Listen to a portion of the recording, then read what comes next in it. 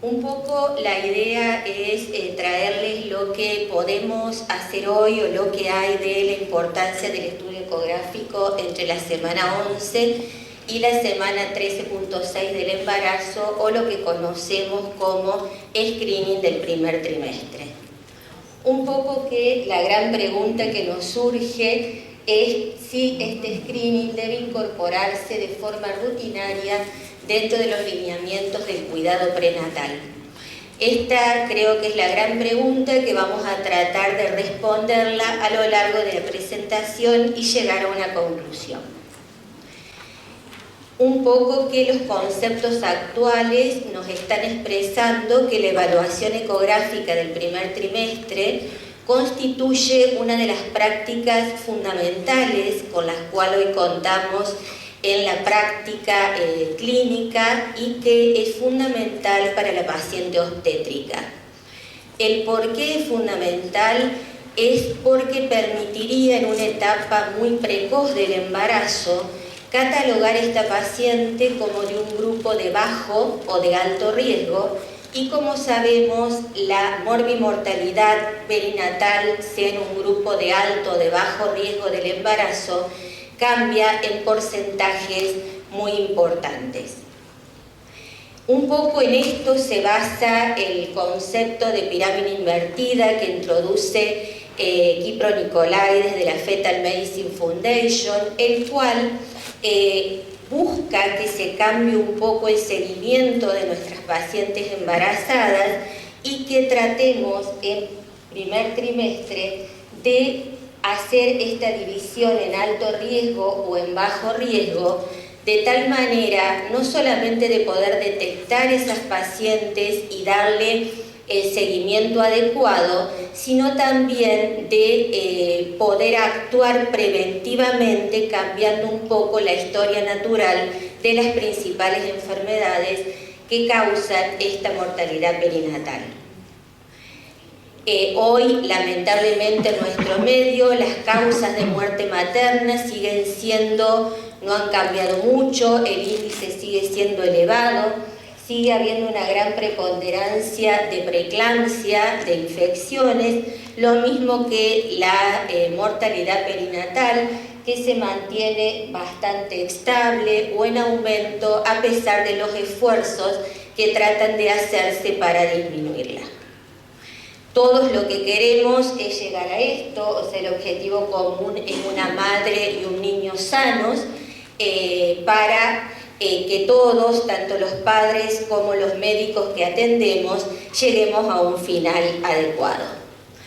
¿Cuáles son entonces los objetivos del estudio del primer trimestre? Los podemos dividir fundamentalmente en determinar la corionicidad en embarazos gemelares, el screening temprano de aneuploidía fetal, el diagnóstico de malformaciones fetales en una forma precoz, haciendo hincapié a los marcadores precoces de patología cardíaca,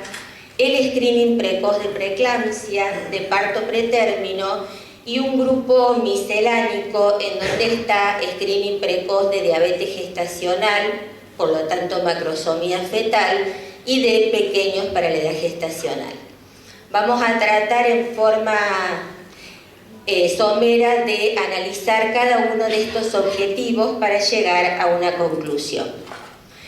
En lo que respecta a los embarazos gemelares, sabemos que es fundamental en primer trimestre determinar la corionicidad de estos embarazos, viendo si son monocoriales o dicoriales, como se dijo en las charlas de esta mañana, porque todos sabemos que los embarazos monocoriales entrañan una mortalidad sumamente elevada y necesitamos estar atentos para diagnosticarlos y no llegar tarde cuando ya no podemos intervenir de ninguna manera. Está establecido, ¿no es cierto?, los signos de embarazo monocorial, y lo que es importante que se ha determinado que la diferencia en la translucencia nucal entre ambos fetos de un embarazo monocorial nos tiene que alertar a que ese embarazo tiene altas chances de poder desarrollar un síndrome de transfundido transfusor lo mismo que se relaciona con también alta mortalidad fetal. Lo que también se ha estudiado con respecto a embarazos monocoriales es la intervención que tiene o el papel del ductus venoso, analizado siempre en primer trimestre,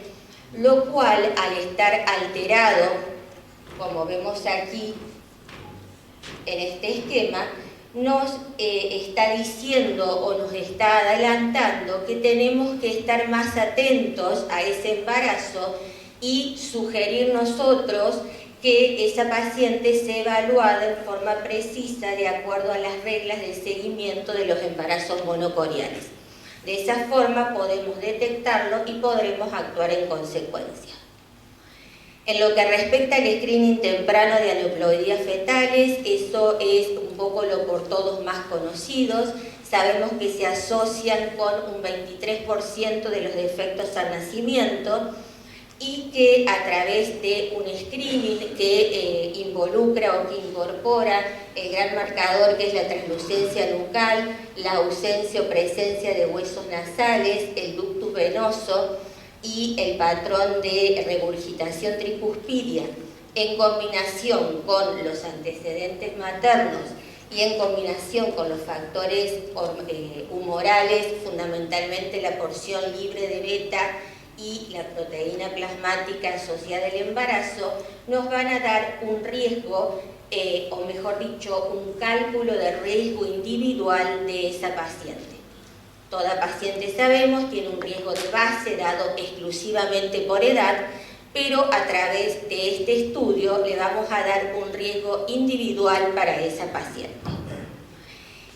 Los estudios últimos muestran la sensibilidad y en la detección o el rango de detección, en donde si nosotros lo hacemos con los antecedentes maternos, con la translucencia nucal y con los marcadores humorales, tenemos una detección entre el 85 y 95% para un rango de falsos positivos del 5%, y si incorporamos todos los nuevos, bueno, no son nuevos, pero los marcadores más precisos, como hueso nasal, ductus venoso, regurgitación tricuspidia, aumentamos el grado de detección o lo llevamos a un 95-98% con un rango de falsos positivos que disminuye al 2.5%. Aquí nosotros vemos la contribución que tiene cada uno de los marcadores en las diferentes trisomías fetales. De esta manera nosotros podemos decir que de acuerdo al grado de riesgo, la población se divide en tres grandes grupos: de alto riesgo, cuando tenemos un screening mayor de 1 en 50, de riesgo intermedio, cuando va el riesgo entre 1 en 51 y 1 en 1000, y de bajo riesgo, que serían las pacientes que tienen un riesgo menor de 1 en 1000. Nosotros desde hace aproximadamente 5 años introducimos la realización del screening en nuestro hospital y hace 2 años incorporamos los marcadores bioquímicos. Esto son un poquito los datos de los que tenemos hasta hoy, los vamos analizando periódicamente, pero quería que sepan ustedes un poco en qué estamos con respecto a esto. El 1 de julio del 2010 nosotros introducimimos los marcadores bioquímicos y tenemos 430 pacientes evaluadas en forma completa. De todas esas pacientes, en 19 tuvimos un riesgo mayor a 1 en 300 y de esas 19, en 10 el riesgo es mayor o fue mayor de 1 en 50. Estas pacientes con un riesgo mayor de 1 en 50, que fueron 10, se les realizó punción de vellosidades coriales y tuvimos 6 cariotipos patológicos, 3 cariotipos normales y uno que yo aquí lo pongo como desconocido porque la paciente se perdió en el seguimiento, no volvimos a verla. De estos cariotipos patológicos, que recordemos fueron 6, 5 correspondieron a trisomía 21 y 1 a trisomía 13.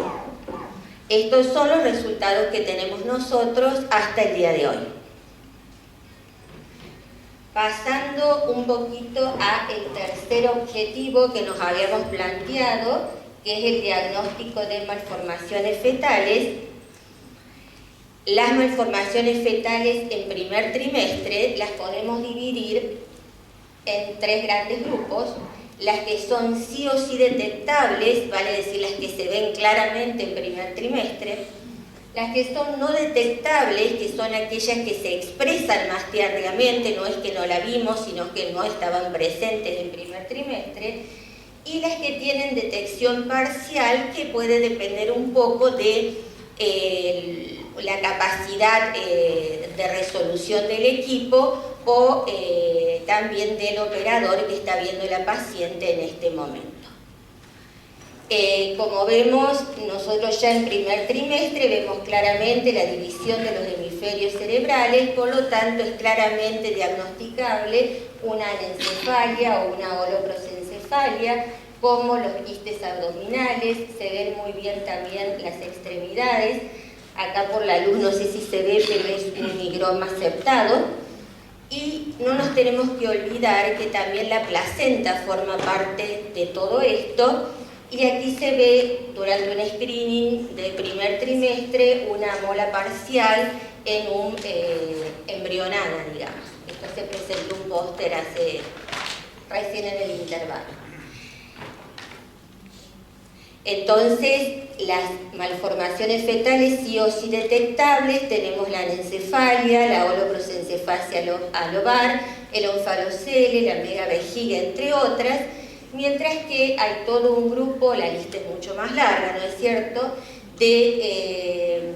las que no son detectables, que se expresan más tardíamente. Y dejamos como un capítulo para lo que es marcadores de cardiopatías congénitas y translucencia intracraneal, que son marcadores que hacen una alerta al seguimiento que tenemos que aconsejar a esas pacientes. En lo que respecta a patología o a defectos cardíacos mayores, el ductus venoso, del cual hablamos hace un ratito, contribuye mucho a que estemos alerta a la presencia de una cardiopatía, obviamente en pacientes que son cariotípicamente normales y que han sido estudiados.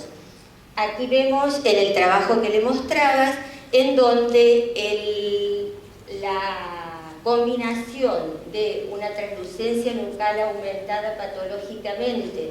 con la presencia de un flujo venoso reverso estaba presente en el grupo de cardiopatías mayores en un 47%, en comparación a el grupo de pacientes sin cardiopatía, en donde tenemos solamente en un 6.7%. Vemos claramente la diferencia es significativa en los dos grupos. Se vio además que no había una diferencia marcada o significativa de acuerdo al tipo de cardiopatía que estaba siendo estudiada,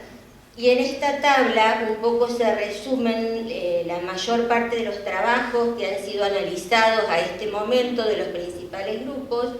en donde tenemos un total de 911 fetos con cardiopatías mayores, de los cuales el ductus venoso anormal estaba presente en el 69% de los casos, en contraposición a el 20%.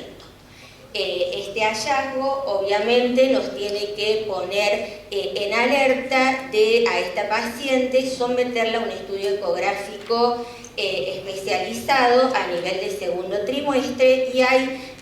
grupos de profesionales que ya están capacitados para evaluar corazón fetal con ecocardiografía fetal en el primer trimestre del embarazo.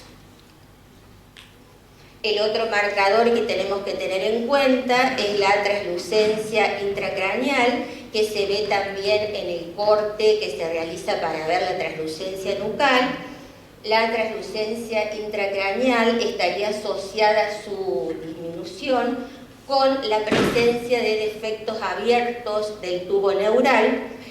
Por lo tanto, también debería ser vista y avisada al médico de la paciente para que se le realice un adecuado seguimiento y poder detectar ese defecto del tubo neural, el mielomeningocele. Esto hay todo un grupo de trabajo que salió publicado el año pasado, en donde se está haciendo también un estudio multicéntrico de intervencionismo fetal sobre estos fetos alrededor del 5º mes de embarazo, y ya en nuestro país vecino ya se han hecho 2 intervenciones con buenos resultados. En lo que respecta al otro punto, que es el screening precoz de parto pretérmino, sabemos todos que el parto pretérmino sigue siendo una de las principales causas de morbimortalidad perinatal, o el 2% de estos partos pretérminos son espontáneos, lo cual hace que se van a dar en pacientes que no tengan antecedentes previos, por lo tanto serían esas pacientes en las cuales no estaríamos alerta a que lo presenten o ante sus síntomas, y podemos decir hoy que la longitud cervical está íntimamente relacionada con el rango o el índice de parto pretérmino. Aquí vemos la evaluación del cervix por ecografía transvaginal a las 11-13 semanas, en donde es importante valorar el área del cuello sin tener o sin introducir en la medición el istmo cervical, y está representado o está delimitado por la región de las glándulas endocervicales. Eso es lo que debe medirse como longitud cervical en primer trimestre. Aquí vemos un cuello de longitud endocervical normal, y aquí vemos un importante acortamiento del cuello con la herniación de las membranas hacia el canal cervical. ¿Por qué es tan importante que nosotros podamos relacionar longitud cervical con parto pretérmino, en donde la sensibilidad de detección va entre un 60 y un 70%? Porque podríamos intervenir para tratar de disminuir ese índice de partos pretérminos. Y así tenemos un gran estudio de Hassan, que fue presentado, es un estudio multicéntrico a doble ciego, en donde se vio que las pacientes que tenían una longitud cervical corta o una disminución de la longitud cervical, la administración de progesterona por vía transvaginal disminuía un 45% la incidencia de parto pretérmino, con una importante reducción en la morbimortalidad perinatal. En lo que respecta a screening precoz de preeclampsia, eso se ha hablado hoy mucho durante la mañana, lo recuerdo nada más. La combinación de los antecedentes maternos, no solamente en cuanto si ella, la madre o familiares han tenido preeclampsia, sino en base también a su índice de masa corporal previo al embarazo, conjuntamente con la presión arterial media, conjuntamente con la valoración de las arterias uterinas, el índice de pulsatilidad de la arteria uterina, y con la implementación de factores bioquímicos, fundamentalmente PAP-A y la proteína placentaria, serían elementos que nos permitirían predecir el desarrollo de una preeclampsia temprana, que es la que en realidad está relacionada con el mayor índice de morbimortalidad perinatal. Existen múltiples estudios del grupo de Nicolaides y de los otros grupos que están hace mucho tiempo tratando de estudiar e ir sacando conclusiones respecto a si podemos predecir para disminuir mortalidad en realidad, y los resultados que se publican y que se obtienen son muy buenos, en los cuales, como vemos acá, con los factores de riesgos maternos, o sea, los antecedentes maternos, con el IP de la arteria uterina y con la presión arterial media, tendríamos una capacidad de predecir preeclampsia de comienzo temprano, que es donde es más alta, digamos, la morbimortalidad perinatal, en un 78% con falsos positivos del 10%. Cuando nosotros a los factores maternos, al IP de la arteria uterina y a la presión arterial media materna, le incorporamos los factores humorales que aquí están definidos, como habló el doctor esta mañana, el índice de detección o el rango de detección sube para un 5% de falsos positivos al 91% y para un 10% de falsos positivos al 95%. ¿Por qué lo mismo que con parto pretérmino es tan importante poder hacer una detección precoz? Porque los últimos estudios también nos permiten una intervención en estas pacientes de alto riesgo. Este es un estudio, un metaanálisis publicado en el 2010 en la revista Verde, en la cual se estudiaron 11.000 mujeres, las cuales se las dividió, mejor dicho, eran de alto riesgo, y se las dividió en dos grupos, un grupo con placebo y otro grupo con aspirina a bajas dosis, dada antes de la semana 16. En el grupo, digamos, tratado, se vio que había una reducción muy importante en el índice de desarrollo de preeclampsia temprana o precoz. Debido a ello, esto obviamente no hay nada concluyente, los estudios siguen sobre todo con altas dosis de aspirina que se cree que tendrían mejores resultados, pero lo que tenemos hasta ahora es bajas dosis de aspirina dada antes de la semana 16, sería un arma importante a usar en pacientes solamente de alto riesgo. Lo que dice el estudio, un poco criticándose, digamos así, que desde el punto de vista de la evidencia es un grado de intervención intermedia, o sea, debemos tratar 78 mujeres para evitar una preeclampsia, pero como la morbimortalidad por preeclampsia precoz es tan alta y como la aspirina no tiene grandes riesgos, valdría la pena hacerlo. En lo que respecta, y ya para ir terminando, a el grupo de las otras enfermedades, hoy existe como digamos, un retroceso hacia primer trimestre para tratar de detectar lo más que se pueda en esta etapa del embarazo, y se habla de screening de diabetes gestacional en primer trimestre, con incorporación de una postprandial precoz, con incorporación de marcadores humorales como adenopectina, sumado a longitud craniocaudal y otros marcadores. Esto se los doy como informativo, no existe nada que sea bajado a la práctica hasta ahora. Por lo tanto, al hacer detección precoz, estas pacientes entrarían en un seguimiento cercano por nutricionistas, por diabetólogos, por el equipo perinatológico, y tendríamos obviamente un menor índice de macrosomía fetal y tendríamos también un menor índice de malformaciones y de problemas congénitos. También se está relacionando como marcador de primer trimestre lo que es la disminución del PAP-A o proteína plasmática asociada al embarazo con los pequeños para la edad gestacional, y también esto todavía es a título informativo y en la práctica clínica todavía no está puesto en marcha.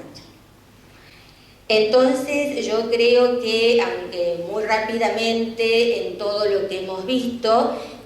cumpliríamos con el gran objetivo que tenemos todos los que estamos en la parte de medicina fetal, que es disminuir la mortalidad y morbimortalidad perinatal. Obviamente la respuesta sin duda creo que sí al primer planteamiento que nos hicimos, que se justificaría un poco incorporar este tipo de estudios y de mediciones en el primer trimestre, porque actuaríamos fundamentalmente en esta segunda mitad, que sería intervenciones que nos permiten en el embarazo y con un diagnóstico y tratamiento en manejo oportuno disminuir los índices de mortalidad perinatal. Lamentablemente la realidad con la que nosotros vivimos, en algunos lados más, en algunos lados menos, es distinta, y nos encontramos con publicaciones en nuestro diario de mayo de este año,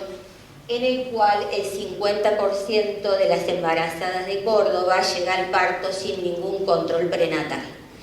Entonces sabemos que lo óptimo que debería tener una mujer en el embarazo son al menos, según la Organización Mundial, 5 controles.